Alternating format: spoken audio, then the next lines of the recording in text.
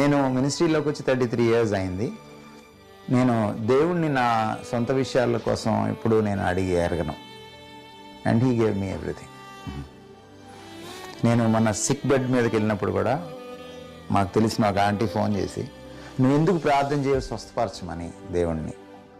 ఆయనకి ఇష్టమైతే స్వస్థపరుస్తాడు aunty, I don't. నేను అప్పటికే 17 kgs I was lost. I was almost dying. Doctors hope లేదని చెప్పేశారు. If God wants to rise me up, he will rise me up. ఎందుకంటే ఆయన సర్వాధికారి, అది ఆయన ఇష్టం. ప్రాణం ఇవ్వడము, ప్రాణం తీసుకోవడము ఆయన చేతిలో ఉంది.